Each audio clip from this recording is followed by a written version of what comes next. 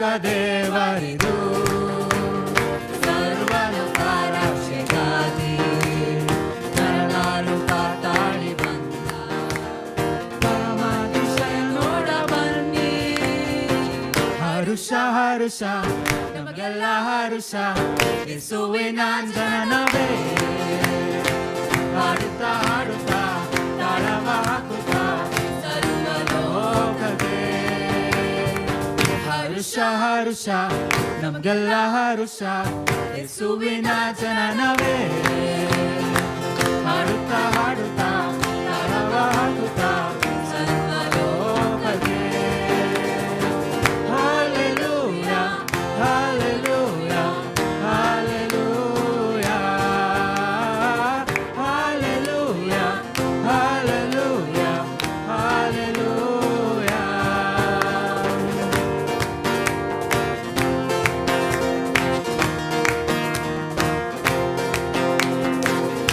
ದೇವದೂತರು ಕಾಣಿಸಲು ಕುರುಬರು ಹೆದರಿ ನಡುಗಿದರು.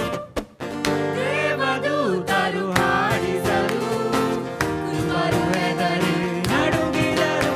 ನೀವು ಹೆದರಾದಿರಿ, ನೀವು ಭಯಪಡಿರಿ, ನೀವು ಹೆದರಾದಿರಿ, ನೀವು ಭಯಪಡಿರಿ. ಲೋಕರಕ್ಷಕ ಜನಿಸಿದ, ಲೋಕರಕ್ಷಕ ಜನಿಸಿದ ಎಂದು ಹರುಷ ಹರುಷ ನಮಗೆಲ್ಲ ಹರುಷ ಯೇಸುವಿನ ಜನನವೇ. ಹಾಡುತ್ತಾ ಹಾಡುತ್ತಾ ತಾಳವ ಹಾಕುತ್ತಾ ಸರ್ವಲೋಕಕ್ಕೆ hallelujah hallelujah hallelujah hallelujah hallelujah hallelujah.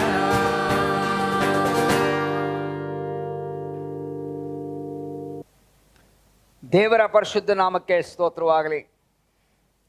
I want to wish you a blessed and a happy Christmas.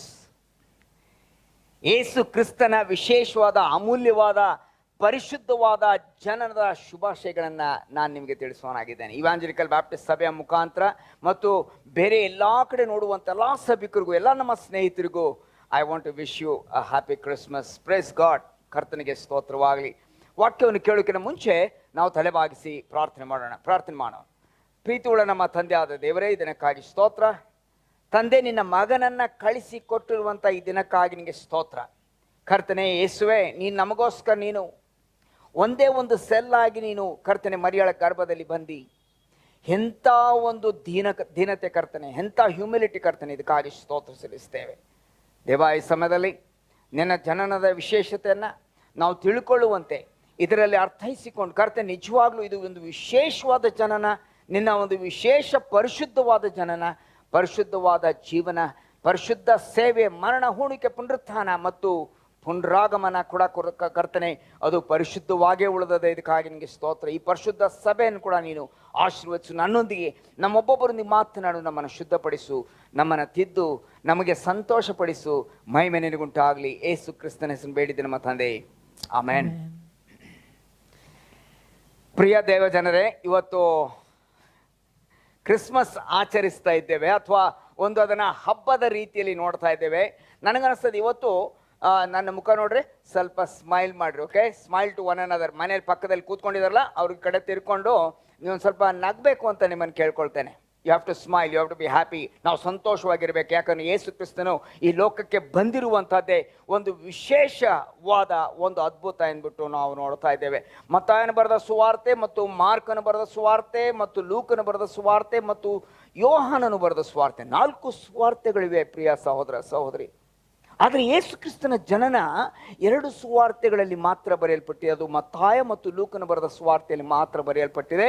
ಮತ್ತು ಅದು ಮತ್ತಾಯನ ಬರೆದ ಸುವಾರ್ತೆ 2 ಅಧ್ಯಾಯಗಳಲ್ಲಿ ಬರೆಯಲ್ಪಟ್ಟಿದೆ ಮತ್ತು ಲೂಕನ ಬರೆದ ಸುವಾರ್ತೆ 2 ಅಧ್ಯಾಯಗಳಲ್ಲಿ ಬರೆಯಲ್ಪಟ್ಟಿದೆ. ಅಂದರೆ 4 ಅಧ್ಯಾಯ ಕರ್ತನು ತಂದೆಯಾದ ದೇವರು ಉಪಯೋಗಿಸಿ ತನ್ನ ಮಗನ ಜನನದ ಆ ಒಂದು ಡೀಟೇಲ್ಸನ್ನು ಎಲ್ಲವನ್ನ ಕರ್ತನು ನಮಗೆ ದಯಪಾಲಿಸಿದ್ದಾನೆ.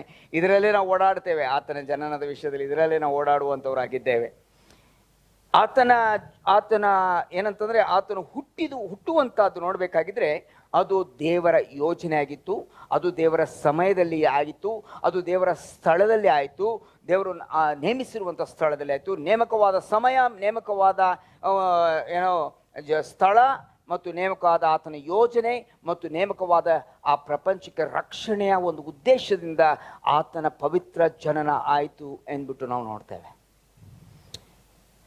ನಮಗೆ ಈ ಹುಟ್ಟುವಂಥ ವಿಷಯದಲ್ಲಿ, ಸಾಯುವಂಥ ವಿಷಯದಲ್ಲಿ ಅದೆಲ್ಲ ಟೈಮಿಂಗ್ಸ್ ನೋಡಬೇಕಾಗಿದ್ರೆ ಅದಕ್ಕೆ ಆಮೇಲೆ ಬರ್ತೀನಿ ನಾನು ಆ ಒಂದು ವಚನಕ್ಕೆ ಬರ್ತೀನಿ. ಆದರೆ ಗಲಾತ್ಯದವರು ಬರೆದ ಪತ್ರ ಮತ್ತು ಅದರ 4ನೇ ಅಧ್ಯಾಯದಲ್ಲಿ ಒಂದು ವಿಶೇಷವಾದ ವಚನವನ್ನು ನೋಡ್ತೇವೆ. ಈ ಒಂದು ವಚನದಲ್ಲಿ ನಾವೇನು ನೋಡ್ತೀವಿ ಅಂತಂದರೆ, ಯೇಸು ಕ್ರಿಸ್ತನು ಹುಟ್ಟಿರುವಂಥದ್ದು ಅಕಸ್ಮಾತಾಗಿ ಆತನು ಹುಟ್ಟಿ ಬರಲಿಲ್ಲ. He was not an accident. His birth was not an accident. ನೋಡೋಣ, ಗಲಾತ್ಯ 4:4 ನಾವು ದೇವರ ವಾಕ್ಯವನ್ನು ಕೇಳಿಸ್ಕೊಳ್ಳೋಣ.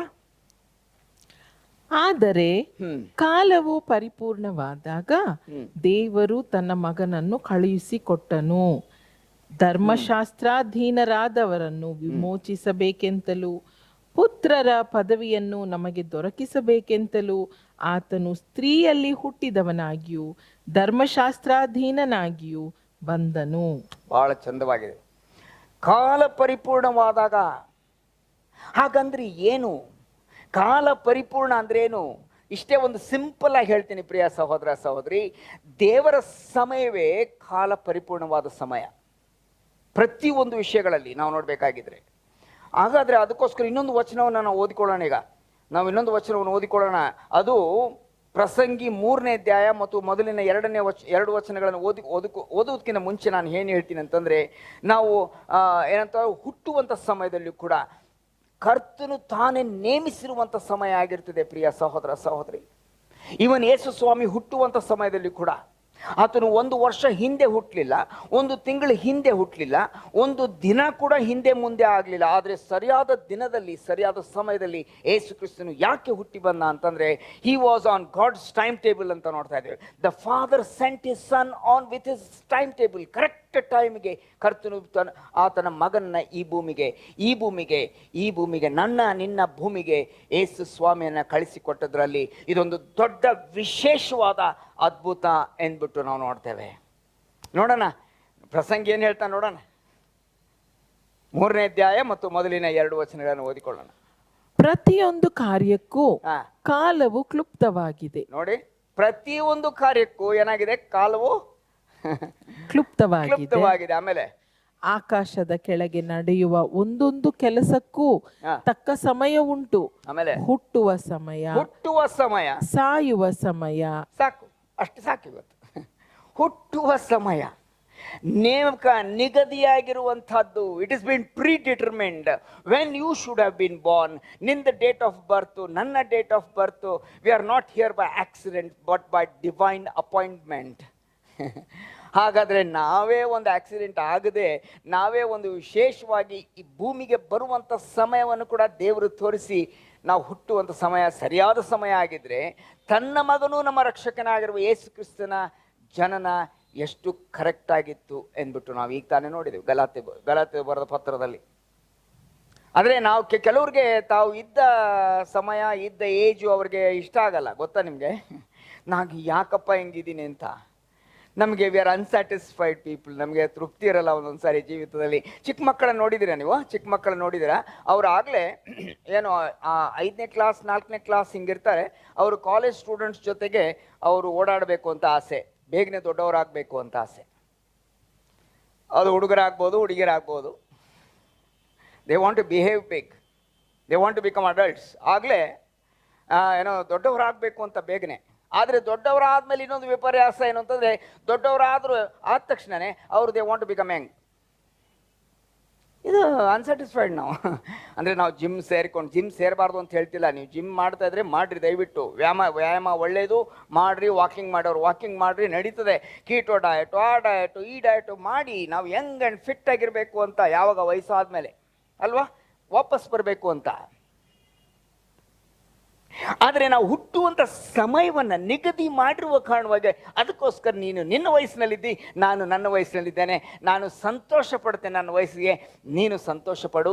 ಯಾಕಂದರೆ ಯೇಸು ಈ ಲೋಕದಲ್ಲಿ ಬಂದಾಗ ನಿಗದಿ ಆಗಿರುವಂಥ ಒಂದು ಪ್ರೀಡಿಟರ್ಮಿನ್ ಆಗಿರುವಂಥ ಸ್ಥಳ, ಸಮಯ, ಯೋಜನೆ ಮತ್ತು ಈ ಪ್ರಪಂಚಕ್ಕೆ ಕರ್ತನು ಬಂದನೆ ಅಂದ್ಬಿಟ್ಟು ನಾವು ನೋಡ್ತೇವೆ. ಸಂತೋಷಿಸು. Christmas is a happy time to know that Jesus came at the right time. ಹೇಗೆ ಹೇಳ್ತೀನಿ ಅಂತಂದರೆ, ಆಗ ಸರಿಯಾದ ಸಮಯ ಹೇಗಿತ್ತು ಅಂತಂದರೆ, ಕಾಲ ಪರಿಪೂರ್ಣ ಯಾವಾಗ ಆಯಿತು ಅಂತಂದರೆ, ಒಂದು ಸಣ್ಣ ಹುಡುಗಿ ನಜರೇತಿನಲ್ಲಿ, ಆ ಕನ್ಯೆ ಹುಡುಗಿ ಓಡಾಡ್ತಿದ್ಲು. ಹುಟ್ಟಿ ಅವಳೇನು ಟೀನೇಜರ್ ಆಗಿದ್ಲು ಅವಳು. ಕೆಲವರು ಹೇಳ್ತಾರೆ 13-14 ವಯಸ್ಸಾಗಿತ್ತು ಆ ಸಣ್ಣ ಹುಡುಗಿಗೆ ಅಂತ. ಪಾಪ ಬಾವಿಗೆ ಹೋಗಿ ನೀರು ತರ್ತಾ ಇದ್ಲು. ಅಮ್ಮ ಹೇಳಿದ ತಕ್ಷಣ ಎಲ್ಲ ಕೆಲಸಗಳನ್ನು ಮಾಡ್ತಾ ಇದ್ಲು ಅವಳು. ಸಣ್ಣ ಹುಡುಗಿ. ಆ ಹುಡುಗಿ ಹುಟ್ಟಿ ಬೆಳೆದ ತಕ್ಷಣನೇ ದೇವರ ಸಮಯ ಬಂತು ಅಂತ ನಾವು ತಿಳಿಬೇಕಲ್ಲಿ.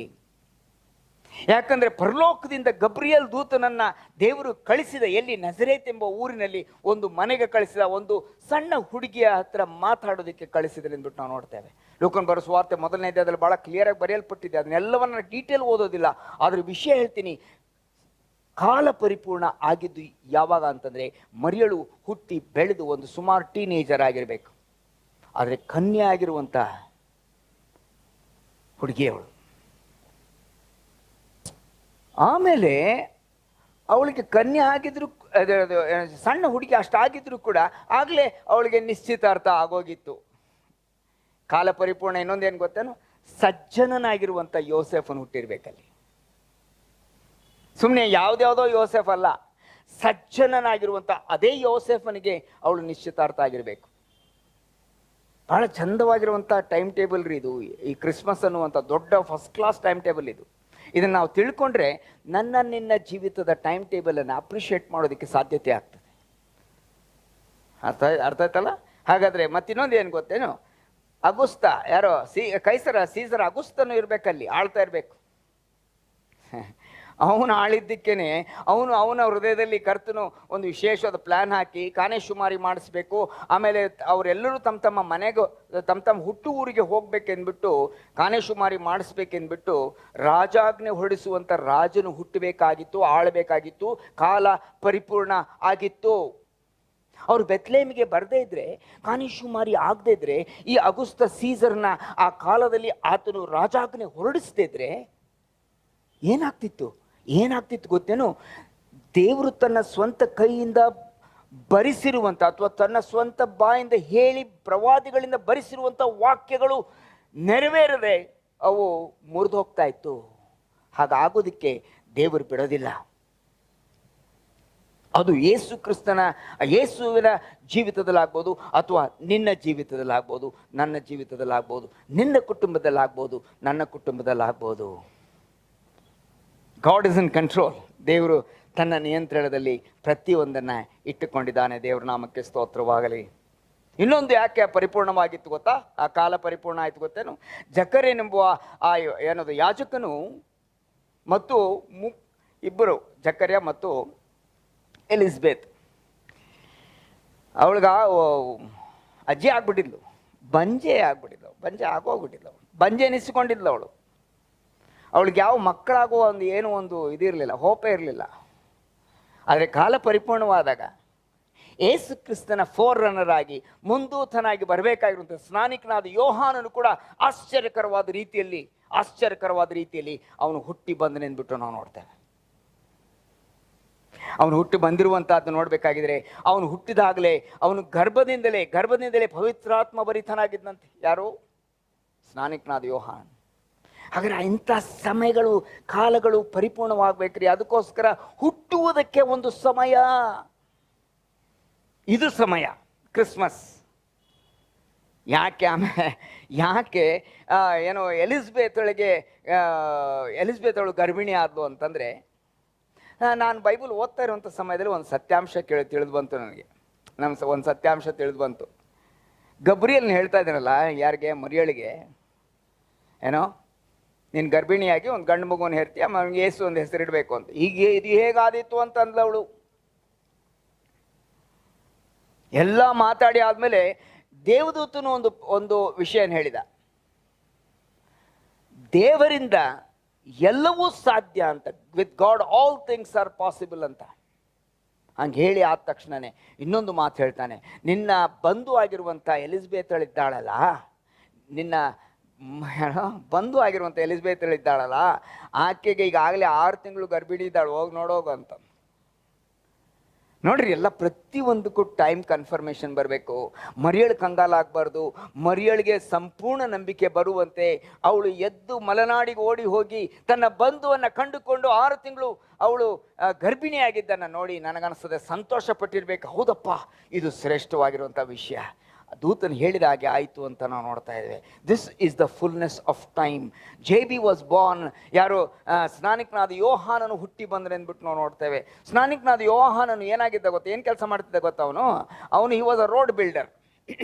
ಏನೋ ನೈಸ್ ರೋಡು, ರಿಂಗ್ ರೋಡು ಇರ್ತಾವಲ್ಲ, ಆ ಥರವಾದ ರೋಡ್ ಬಿಲ್ಡರ್ ಅವನು. ಕೇಳಿಸ್ಕೊಳ್ಳಿ ಇನ್ನೊಂದು ಸ್ವಲ್ಪ ಹೊತ್ತು, ಎದ್ದು ಹೋಗ್ಬಿಡ್ಬೇಡಿ.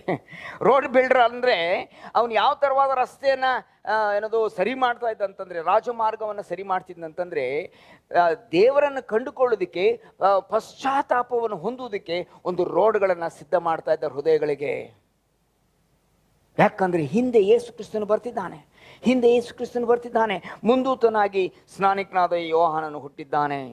ಮತ್ತು ಇನ್ನೊಂದು ಯಾಕೆ ಕಾಲ ಪರಿಪೂರ್ಣ ಆಯಿತು ಅಂತಂದರೆ, ರೋಮ್ ಸರ್ಕಾರವು ಆಳಬೇಕು. ಯಾಕೆ ರೋಮ್ ಸಾಮ್ರಾಜ್ಯ ಆಳಬೇಕು ಅಂತಂದರೆ, ರೋಮ್ ಸಾಮ್ರಾಜ್ಯವೇ ನಾವು ನೋಡಬೇಕಾಗಿದ್ದರೆ ಕ್ರೂಜಿಗೆ ಹಾಕುವುದನ್ನು ಅವರು ಅದನ್ನು ಪರ್ಫೆಕ್ಟ್ ಮಾಡಿದ್ರು ಅಂದ್ಬಿಟ್ಟು ನಾವು ನೋಡ್ತೇವೆ. ಬೇರೆ ಇವರು ಸ್ವಲ್ಪ ಮಾಡಿದರು, ಮೇದ್ಯ ಪಾರಸಿಯರ ಸಮಯದಲ್ಲಿ ಕೂಡ ಕೆಲವು ನಡೀತು. ಆದರೆ ರೋಮ್ ಸಾಮ್ರಾಜ್ಯದವ್ರು ನೋಡಬೇಕಾಗಿದ್ದರೆ ಆ ಕ್ರೂಜಿಗೆ ಹಾಕುವುದನ್ನು, ಈ ಕಳ್ಳರನ್ನು, ಇಂಥವ್ರನ್ನ ಕ್ರೂಜಿಗೆ ಹಾಕುವುದನ್ನು ಅವರು ಪ್ರಾಕ್ಟೀಸ್ ಮಾಡ್ತಾಯಿದ್ರು. ಕ್ರೂಜಿಯಲ್ಲೇ ಎಲ್ಲ ಪ್ರವಾದನೆಗಳು ಆತನ ಮರಣದ ವಿಷಯದಲ್ಲಿ ಪರಿಪೂರ್ಣವಾದವು. ಅದಕ್ಕೋಸ್ಕರ ನಾವು ನೋಡ್ತಾ ಇದ್ದೀವಿ ಏನಂತಂದರೆ, ಪ್ರತಿಯೊಂದು ವಿಷಯದಲ್ಲಿ ಕೂಡ ನೋಡಬೇಕಾಗಿದ್ದರೆ ಆತನ ಬರಣದಲ್ಲಿ ಕಾಲ ಪರಿಪೂರ್ಣವಾಗಿರಬೇಕಾಯಿತು. ಅದಕ್ಕೋಸ್ಕರ ನೀವು ಯಾರು ಅಷ್ಟೊಂದು ಗಲಿಬಿಲಿ ಆಗಬಾರ್ದು. ನಿಮ್ಗೆ ಏನಂತ, ನೀವು ಹುಟ್ಟುವಂಥ ಸಮಯನ ಕೂಡ ದೇವರು ನಿಗದಿ ಮಾಡಿ ನಿಮ್ಮ ಮನೆಯಲ್ಲಿ ಕರ್ಕೊಂಡ್ಬಂದಿದ್ದಾನೆ.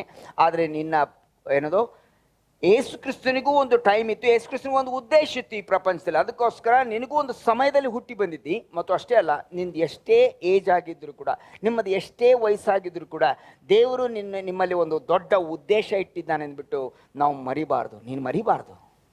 ಸಂತೋಷ ಪಡು. Happy Christmas to you again. ಸಂತೋಷ ಪಡು, ನೀನು ಇದರಲ್ಲಿ ಆನಂದ ಉಲ್ಲಾಸ ಪಡು. ಕರ್ತನು ನಿನ್ನೊಂದಿಗಿದ್ದಾನೆ.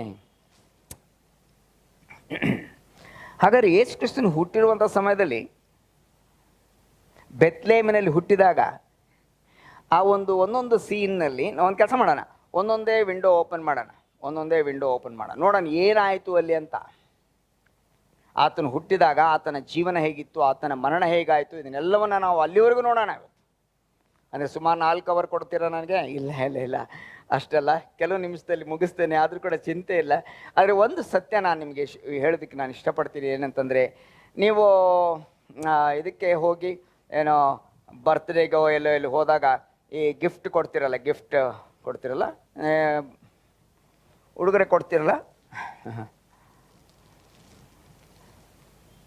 ನೋಡಿ, ಅದಕ್ಕೆ ವಿಶ್ ಯು ಹ್ಯಾಪಿ ಬರ್ತ್ಡೇ ಅಂತಂದ್ಬಿಟ್ಟು ಈ ಚೀಟಿ ಮೇಲೆ ಯಾರ ಹೆಸರು ಬರೀತೀರಿ, ಯಾರಿಗೆ ಹೋಗಬೇಕು ಮತ್ತು ಯಾರು ಕೊಟ್ಟದ್ದು ಅದನ್ನ ಹೆಸರು ಬರೀತೀರಿ, ಹೌದಲ್ವಾ? Best wishes to and from. Gift to and from ಎರಡೂ ಇರಬೇಕು. ಕೆಲವರು ಬರೀ ಟು ಬರೆದು ಕೊಡ್ತಾರೆ, ಕೆಲವರು ಬರೀ ಫ್ರಮ್ ಬರೆದು ಕೊಡ್ತಾರೆ. ನನಗೆ ಹೀಗೆ ಗೊತ್ತಾಗಿದೆ ಏನಂತಂದರೆ, ತಂದೆಯಾದ ದೇವರು ತಾನು ಕಳಿಸಿರುವಂಥ ಗಿಫ್ಟ್ ವಿಷಯದಲ್ಲಿ 2ನೇ ಕೊರಿಂಥದಲ್ಲಿ ನಾವು ನೋಡ್ತಾ ಇದ್ದೇವೆ. ಕೊರಿಂಥದವ್ರಿಗೆ ಬರೆದ 2ನೇ ಪತ್ರದಲ್ಲಿ 9ನೇ ಅಧ್ಯಾಯದ 15ನೇ ವಚನವನ್ನು ಓದಿಕೊಳ್ಳೋಣ. 2 Corinthians chapter 9 and let us read verse 15. ವರ್ಣಿಸಲ ಶಕ್ಯವಾದ ದೇವರ ವರಕ್ಕಾಗಿ ಆತನಿಗೆ ಸ್ತೋತ್ರ.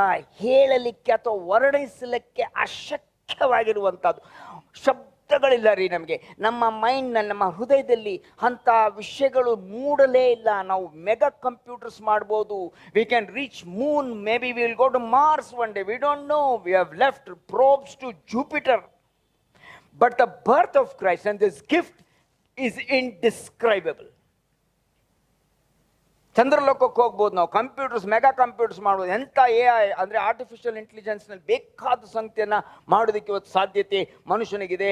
ಆದರೆ ಏನದು ವರ್ಣಿಸಲಿಕ್ಕೆ ಅಶಕ್ಯವಾಗಿರುವಂಥ ದೇವರ ವರ ಯಾವುದು ಅಂತಂದರೆ ಈ ಥರವಾದ ಒಂದು ಪ್ಯಾಕಿಂಗ್ನಲ್ಲಿ ಯೇಸು ಕ್ರಿಸ್ತನು ಬರಲಿಲ್ಲ. ಈ ಥರವಾದ ಪ್ಯಾಕಿಂಗ್ನಲ್ಲಿ ಬರಲಿಲ್ಲ ಯೇಸು ಕ್ರಿಸ್ತನು. ಯೇಸು ಕ್ರಿಸ್ತನು ಬಂದಿರುವಂಥದ್ದೇ ಬೇರೆ ಥರವಾದ ಪ್ಯಾಕಿಂಗ್ನಲ್ಲಿ. So let us see how this gift was wrapped. How this gift was wrapped. Beautiful it is, beautiful it was wrapped. Beautifully Jesus was wrapped. ಲೂಕನ್ ಬರೆದ ಸುವಾರ್ತೆ ಮೊದಲನೇ ಅಧ್ಯಾಯ, ಲೂಕನ್ ಬರೆದ ಸುವಾರ್ತೆ ಮೊದಲನೇ ಅಧ್ಯಾಯದಲ್ಲಿ 30-31 ವಚನವನ್ನು ನಾವು ಓದಿಕೊಳ್ಳೋಣ. 30-31 ವಚನಗಳನ್ನು ಓದಿಕೊಳ್ಳೋಣ. ಆ ದೂತನು ಆಕೆಗೆ, ಮರಿಯಳೇ ಮರಿಯಳೇ ಹೆದರಬೇಡ, ಹೆದರಬೇಡ, ನಿನಗೆ ದೇವರ ದಯೆ ದೊರಕಿತು, ನಿನಗೆ ದೇವರ ದಯೆ ದೊರಕಿತು. ಆಮೇಲೆ ಇಗೋ ನೀನು ಗರ್ಭಿಣಿಯಾಗಿ ಒಬ್ಬ ಮಗನನ್ನು ಹೆರುವಿ, ಆತನಿಗೆ ಯೇಸುವೆಂದು ಹೆಸರಿಡಬೇಕು. ನೀನು ಗರ್ಭಿಣಿಯಾಗಿ ಅಂದ್ರೆ ನಿನ್ನ ಉದರದಲ್ಲಿ, ನಿನ್ನ ಗರ್ಭದಲ್ಲಿ, ನಾನು ನೋಡಿ ಸ್ವಲ್ಪ, ನಾನು ನೋಡಿ, ನಿನ್ನ ಗರ್ಭದಲ್ಲಿ ಈ ಗಿಫ್ಟ್ ಇದೆಯಲ್ಲ, ಪರಲೋಕದಿಂದ ಬಂದಿರುವಂಥ ಈ ವರ್ಣಿಸ್ಲಿಕ್ಕೆ ಅಶಕ್ಯವಾಗಿರುವಂಥದ್ದು, impossible to even explain Jesus. He is unsearchable. All the wisdom of the world forever and ever will not be able to scratch the surface of this indescribable gift from the Father. ಇಡೀ ಪ್ರಪಂಚದ ಜ್ಞಾನ ನಿತ್ಯ ನಿರಂತರಕ್ಕೂ ಕೂಡ ನಾವು ಎಲ್ಲ ಜ್ಞಾನ ಉಪಯೋಗಿಸಿದ್ರು ಕೂಡ ಹೇಳಲಿಕ್ಕೆ ಅಶಕ್ಯವಾಗಿರುವಂಥ ಈ ಒಂದು ಕೊಡುಗೆ ವಿಷಯದಲ್ಲಿ ನಾವು ಅದನ್ನು ವಿವರಿಸೋದಕ್ಕೆ ಸಾಧ್ಯ ಇಲ್ಲ ಅಂದ್ಬಿಟ್ಟು ನಾವು ನೋಡ್ತಾ ಇದ್ದೇವೆ. ಹಾಗಾದರೆ ಆತನು ಯಾವ ಪ್ಯಾಕಿಂಗ್ನಲ್ಲಿ ಬಂದ? ಕನ್ಯೆ ಮರಿಯಳಲ್ಲಿ ಬಂದ. He was packed in the womb of a virgin. It's is impossible, but it is true.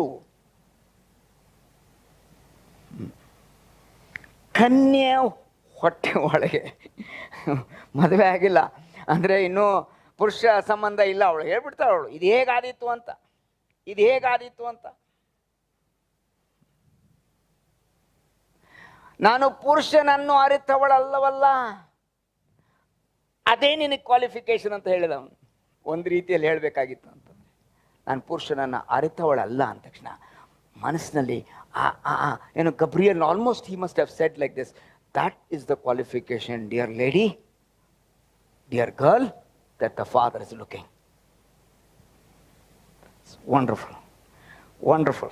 ಹಾಗಾದರೆ ಈ ಗಿಫ್ಟ್ ಯಾವ್ದ್ರಲ್ಲಿ ರ್ಯಾಪ್ ಆಗಿತ್ತು? ಫಸ್ಟ್ ಯಾರಲ್ಲಿ ರ್ಯಾಪ್ ಆಗಿತ್ತು? ಅದು ಕನ್ಯೆ ಮರಿಯಳಲ್ಲಿ ಗರ್ಭದಲ್ಲಿ ರ್ಯಾಪ್ ಆಗಿತ್ತು. ಆಮೇಲೆ ನೋಡೋಣ, ನೆಕ್ಸ್ಟ್ ಇನ್ನೊಂದು ರ್ಯಾಪಿಂಗ್ ನೋಡೋಣ. ಲೂಕನ್ ಬರೆದ ಸುವಾರ್ತೆ 2ನೇ ಅಧ್ಯಾಯ ಮತ್ತು 7ನೇ ವಚನ. ಇದು ಚೆನ್ನಾಗಿದೆ. ಆಕೆಯು ತನ್ನ ಚೊಚ್ಚಲು ಮಗನನ್ನು ಹೆತ್ತು ಬಟ್ಟೆಯಲ್ಲಿ ಸುತ್ತಿ, ಛತ್ರದಲ್ಲಿ ಅವರಿಗೆ ಸ್ಥಳವಿಲ್ಲದ ಕಾರಣ ಅವನನ್ನು ಗೋದಲಿಯಲ್ಲಿ ಮಲಗಿಸಿದಳು. Sweet baby Jesus was wrapped in swaddling clothes.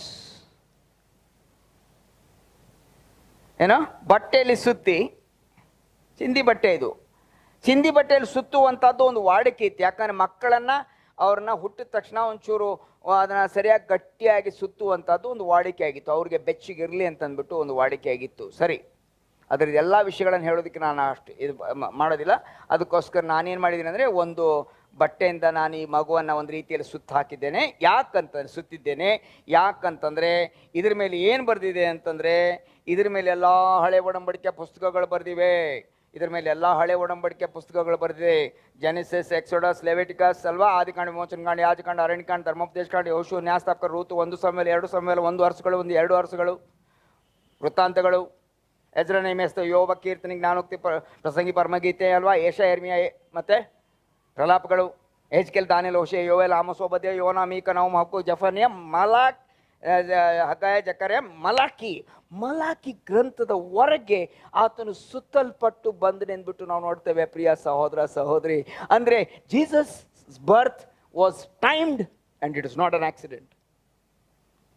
It was plan ಆಗೋಗಿತ್ತು. ಆದಿ ಕಾಂಡದಲ್ಲಿ 3:15 ವಚನ ಓದಿಕೊಂಡು ನೋಡ್ರಿ ನೀವು, ಆಮೇಲೆ ಮನೆಯಲ್ಲಿ ಓದಿ ನೋಡ್ಕೊಳ್ರಿ. I give you homework. Read Genesis 3:15.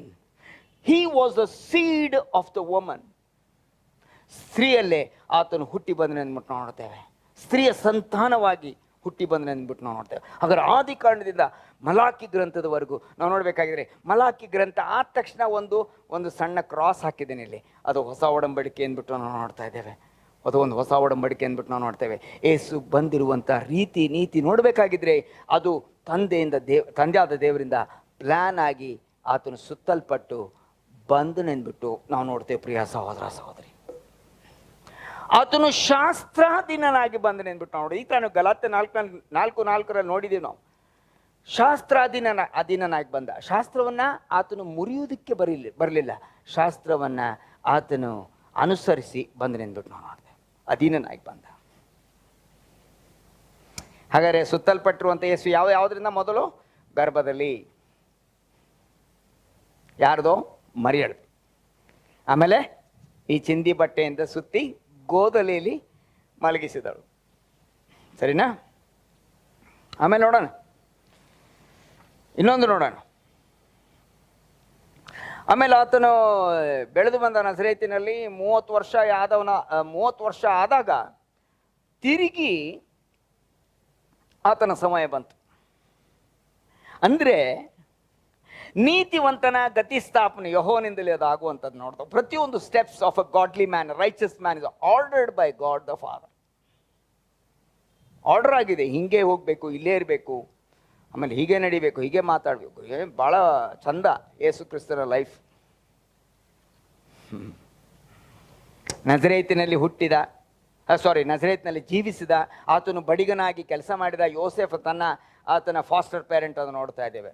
ಸರಿ, ಆತನ ತಂದೆಯಾಗಿರುವಂಥ ಯೋಸೆಫ್ನ ಜೊತೆಗೆ ಕೆಲಸಗಳನ್ನು ಮಾಡ್ತಿದ್ದ. ಆಮೇಲೆ ಜೇಬಿ ಬರ್ತಾನೆ. ಜೇಬಿ ಅಂತ ಯಾಕೆ ಕರಿತಾನೆ ಗೊತ್ತಾನೆ? ಜಾನ್ ದ ಬ್ಯಾಪ್ಟಿಸ್ಟ್, ಅಂದರೆ ಸ್ನಾನಿಕನಾದ ಯೋಹಾನು ಬರ್ತಾನೆ. ಆ ಸಮಯದಲ್ಲಿ ಬಂದು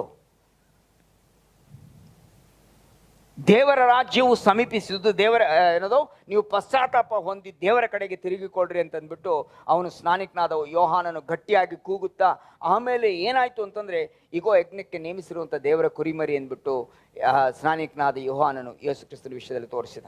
ಅದಕ್ಕಿಂತ ಮುಂಚೆ ಆತನಿಗೆ ಸ್ನಾನ ಆಗ್ತದೆ. ಯಾರಿಗೆ? ಯೇಸು ಸ್ವಾಮಿಗೆ ಸ್ನಾನ ಆಗ್ತದೆ, ದೀಕ್ಷಾಸ್ನಾನ ಆಗ್ತದೆ. ದೀಕ್ಷಾಸ್ನಾನ ಆದಮೇಲೆ ಆತನ ಸೇವೆ ಪ್ರಾರಂಭ ಆಗ್ತದೆ. ಪ್ರಿಯ ಸಹೋದರ ಸಹೋದರಿ, 3.5 ವರ್ಷ ಯೇಸು ಕ್ರಿಸ್ತನು ಸೇವೆಯನ್ನು ಮಾಡಿ ಎಲ್ಲರಿಗೂ ಒಳ್ಳೆಯದನ್ನು ಮಾಡಿದ. ಅನೇಕ ಅದ್ಭುತಗಳನ್ನು ಮಾಡಿದ.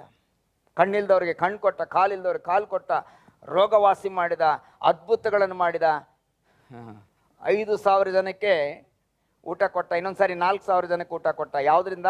ಡಾಬಾನಿಂದ ತರಿಸ್ಲಿಲ್ಲ, ಬೇರೆ ಎಲ್ಲಿಂದ ತರಿಸ್ಲಿಲ್ಲ. ಎಲ್ಲೋ ಒಂದು ಕಡೆಗೆ ಏನೋ ಹೋಲ್ಸೇಲ್ ಸಿಗ್ತದೆ, ಅಲ್ಲಿ ತೊಗೊಂಡು ಬನ್ನಿ ಅಂತ ಹೇಳಿಲ್ಲ.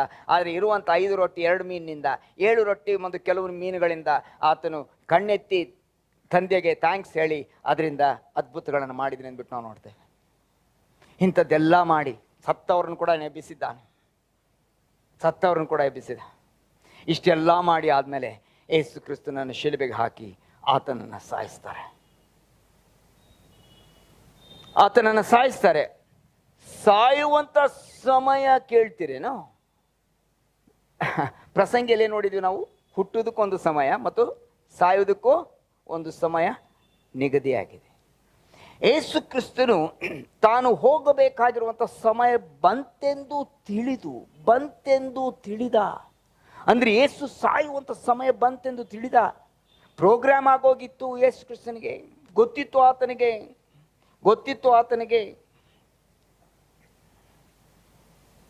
ಯೋಹಾನ ಬರೆಸುವಾರ್ತೆ 19ನೇ ಅಧ್ಯಾಯ ತೆಗಿರಿ. ಅದರಲ್ಲಿ ನಾವೇನು ನೋಡ್ತೀವಿ ಅಂತಂದರೆ, ಯೇಸು ಯಾಕೆ ಅದೇ ಸಮಯದಲ್ಲಿ ಸತ್ತ? ನನಗನ್ನಿಸ್ತದೆ, ನನ್ನ ನೋಡಿ, ಒಂದು ಕ್ರೂಜೆ ಈ ಕಡೆ ಇದೆ, ಮಧ್ಯದಲ್ಲಿ ಒಂದು ಕ್ರೂಜೆ ಇದೆ, ಈ ಕಡೆ ಒಂದು ಕ್ರೂಜೆ ಇದೆ. 2 ಕಳ್ಳರಿದ್ದಾರೆ. ಅಫ್ಕೋರ್ಸ್ ಒಬ್ಬನು ರಕ್ಷಣೆ ಹೊಂದ್ಕೊಂಡ ಬಿಡ್ರಿ, ಅವನ ಪಾಪ ಇನ್ನೂ ಕಳ್ಳನೆ ಅಂತ ಕರಿತೀವಿ. ಒಬ್ಬನು ವಿಶ್ವಾಸಿ ಆದ. ಮಧ್ಯದಲ್ಲಿ ಯೇಸು ಸ್ವಾಮಿ ಇದ್ದಾನೆ, ರಕ್ಷಕನಿದ್ದಾನೆ.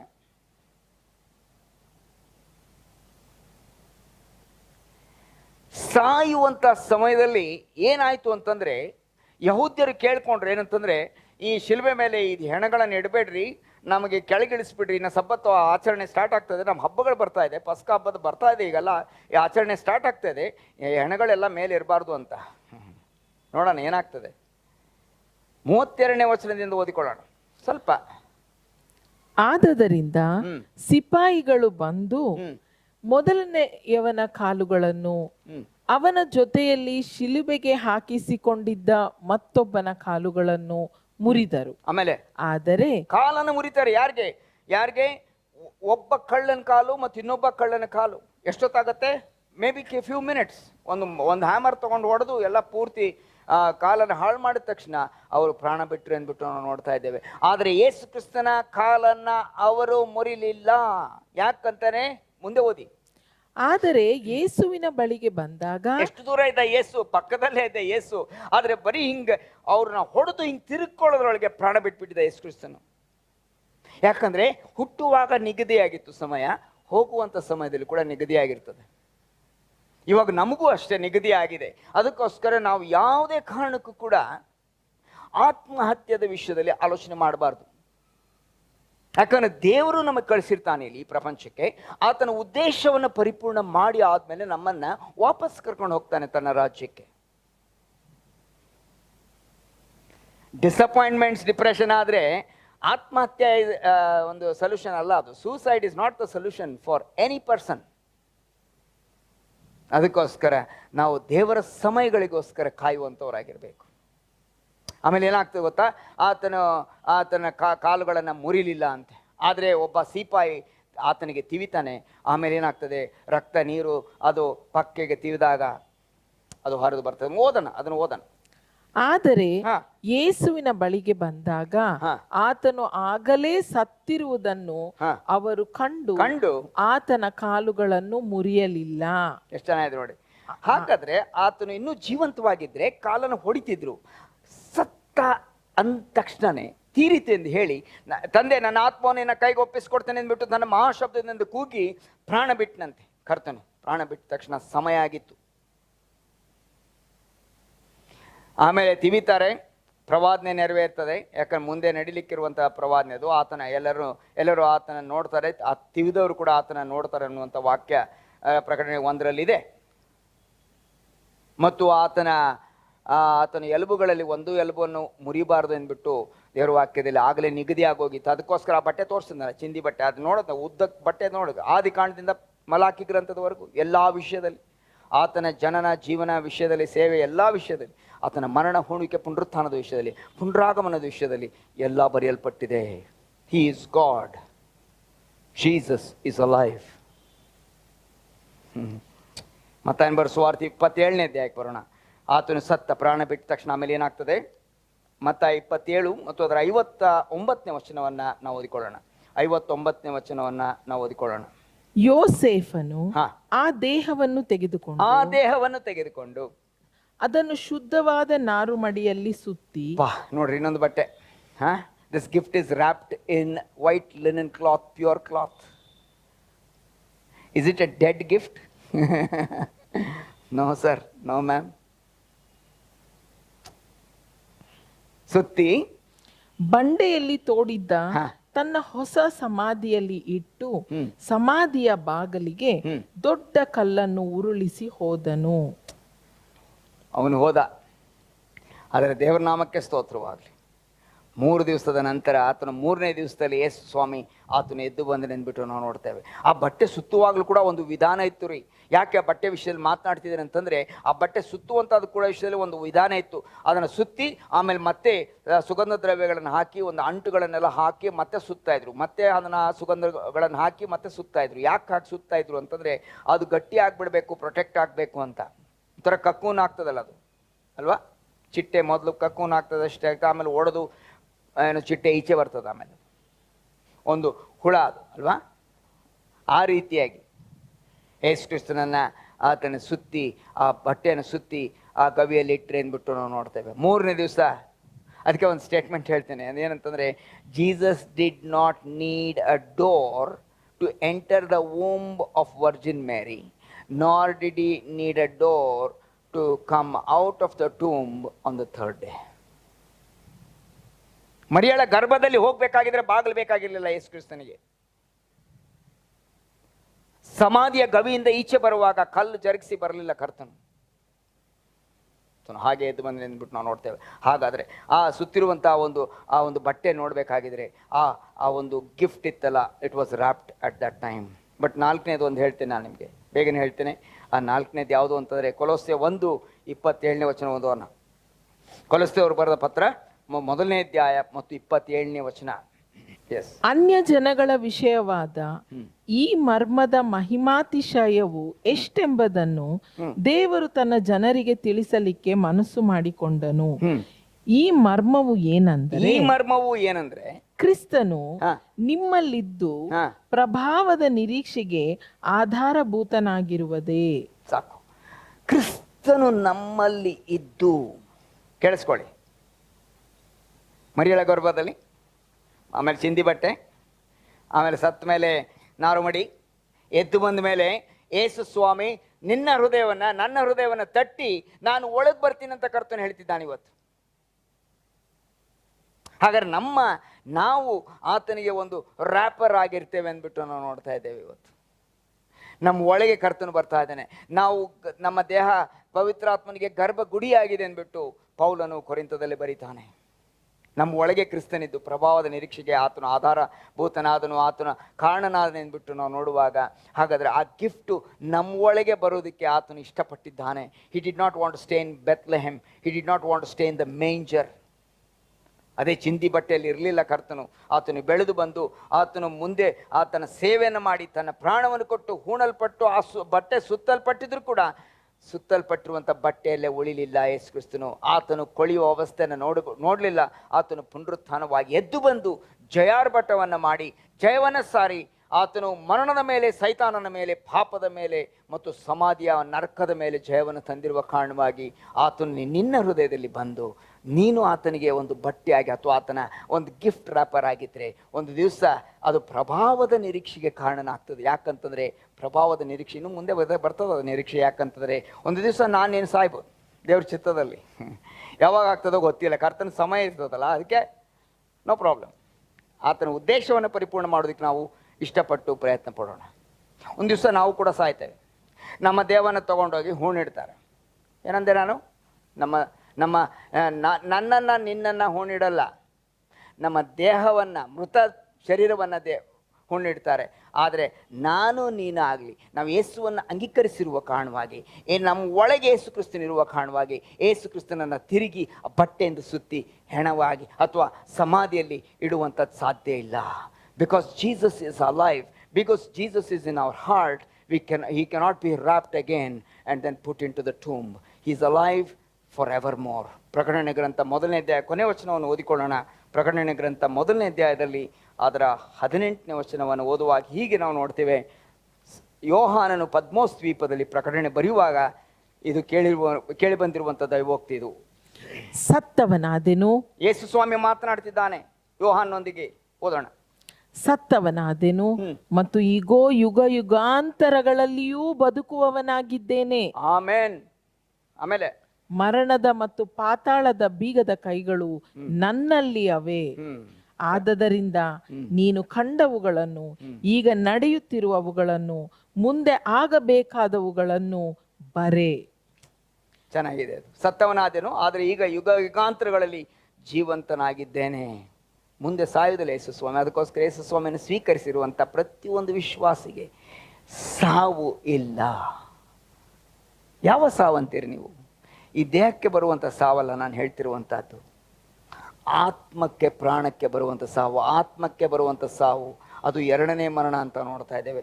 ಆ 2ನೇ ಮರಣದಿಂದ ಬಿಡಿಸೋದಕ್ಕೆ ಯೇಸು ಕ್ರಿಸ್ತನು ಬಂದ.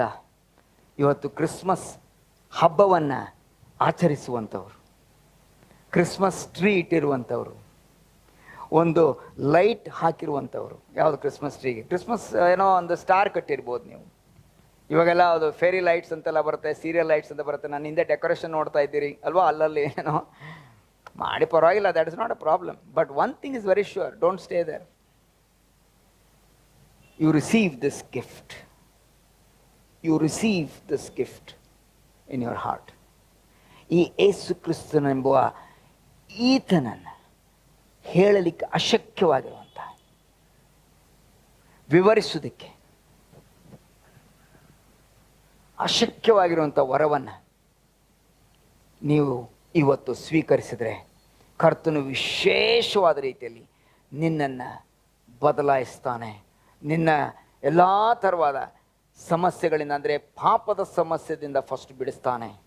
ಆಮೇಲೆ ಬೇರೆ ಎಲ್ಲ ರೀತಿಯಲ್ಲಿ ಆತನು ಕಾಯ್ತಾನೆ ನಿನ್ನನ್ನು. ನೋಡಿ, 1 ವರ್ಷ ಗತಿಸಿದಾಗಲೇ ಈವರೆಗೆ ಕಾದಿದ್ದಾನೆ ನಿನ್ನನ್ನು, ಈವರೆಗೆ ಕಾಪಾಡಿದ್ದಾನೆ ನಿನ್ನ. ತಿರುಗಿ ಆತ ನಿನ್ನ ಹೃದಯದ ಬಾಗಿಲನ್ನು ತಟ್ತಾ ಇದ್ದಾನೆ. Because is wanting to come in as a gift. ಒಂದು ವರವಾಗಿ ನಿನ್ನ ಒಳಗೆ ಬಂದು ನಿನ್ನನ್ನು ಬದಲಾಯಿಸಿ ಆತ ನಿನ್ನನ್ನು ರಕ್ಷಿಸೋದಕ್ಕೆ ಆತನು ಇಷ್ಟಪಟ್ಟಿದ್ದಾನೆ. ನಿಜವಾಗ್ಲೂ ವಿಶೇಷವಾದ ಕೃಪೆಯಿಂದ ಕರ್ತನು ಇವತ್ತು ನಮ್ಮನ್ನು ನಡೆಸಲಿ. Happy Christmas to you and may this 4 wrappings be remembered by you. The womb of Mary. ಗೋಧಲಿ ಒಳಗೆ, ಅಂದರೆ ಏನದು, ಮರಿಯಳ ಗರ್ಭದಲ್ಲಿ, ಕನ್ಯೆ ಮರಿಯಳ ಗರ್ಭದಲ್ಲಿ, ಅದನ್ನು ಮತ್ತೆ ಒತ್ತಿ ಹೇಳ್ತೀನಿ, ಕನ್ಯೆ ಮರಿಯಳ ಗರ್ಭದಲ್ಲಿ. ಎರಡನೇದು, ಆ ಗೋದಲಿಯಲ್ಲಿ ಚಿಂದಿ ಬಟ್ಟೆಯನ್ನು ಸುತ್ತಿರುವಂಥ ಆ ಬಟ್ಟೆ ಹೇಗಿತ್ತು? ಆದಿಕಾಂಡದಿಂದ ಪ್ರಕಟಣೆ ತೋರಿಸಿದ್ದೇನೆ. ಹಾಗಾದರೆ ಯೇಸು ಕ್ರಿಸ್ತನು ಹೇಳಿದಂತೆ ನುಡಿದಿದ್ದಾನೆ, ಆತನು ಹೇಳಿದಂತೆ ಬಂದಿದ್ದಾನೆ. ಹೀಗೆ ಯಾರಿಗೂ ಆಗಿಲ್ಲ, ಯೇಸು ಸ್ವಾಮಿ ಒಬ್ಬನೇ ಹೀಗೆ ನಡ್ಕೊಂಡಿರುವಂಥದ್ದು. ಸರಿ, ಹಾಗಾದ್ರೆ ಆಮೇಲೆ ಇನ್ನೊಂದೇನು, ಆತನು ಸತ್ತಾಗ ಏನದು ಬಟ್ಟೆಯಿಂದ ಸುತ್ತಿ, ಕ್ಲೀನಾಗಿರುವಂಥ ಶುದ್ಧವಾದ ನಾರುಬಡಿಯಿಂದ ಸುತ್ತಿ ಆತನ ದೇಹವನ್ನು ಒಳಗಿಟ್ಟರು. ಆದರೆ ಯೇಸು ಕ್ರಿಸ್ತನು ಎದ್ದು ಬಂದ. ತಿರುಗಿ ಆತನು ನಿನ್ನೊಳಗೆ ನನ್ನೊಳಗೆ ಆತನು ಬರೋದಕ್ಕೆ ಇಷ್ಟಪಟ್ಟಿದ್ದಾನೆ. ಆಮೇಲೆ ಒಂದು ದಿವಸ ಬರ್ಲಿಕ್ಕೆ ಹೋಗ್ತದೆ, ಪ್ರಭಾವದ ನಿರೀಕ್ಷೆಗೆ ಯೇಸು ಕ್ರಿಸ್ತನ ಒಳಗಿರುವಂಥ ಆ ಒಂದು ಸ್ಥಿತಿ ನೋಡಬೇಕಾದ್ರೆ ಅದು ನನಗೆ ನಿನಗೆ ಕಾರಣ ಆಗ್ತದೆ. ಕರ್ತನ ಈ ವಾಕ್ಯಗಳನ್ನು ಹೇಳುವಾದ ರೀತಿಯಲ್ಲಿ ಆಶೀರ್ವದಿಸ್ಕೊಡ್ಲಿ.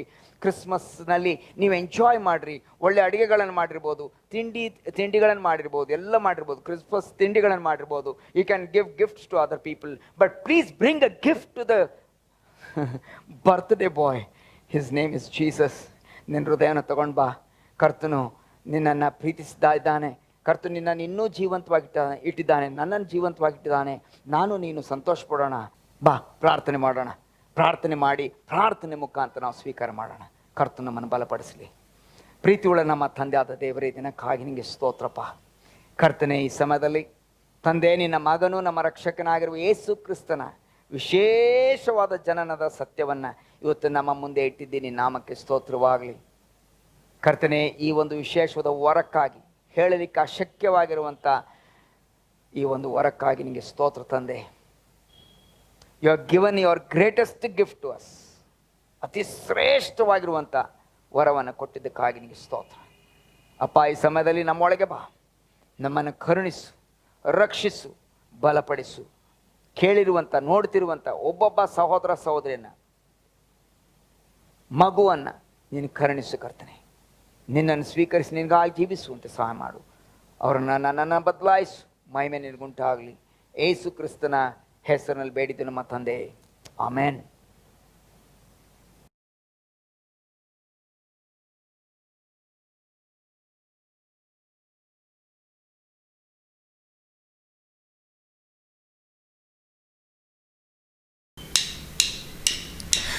King is born. A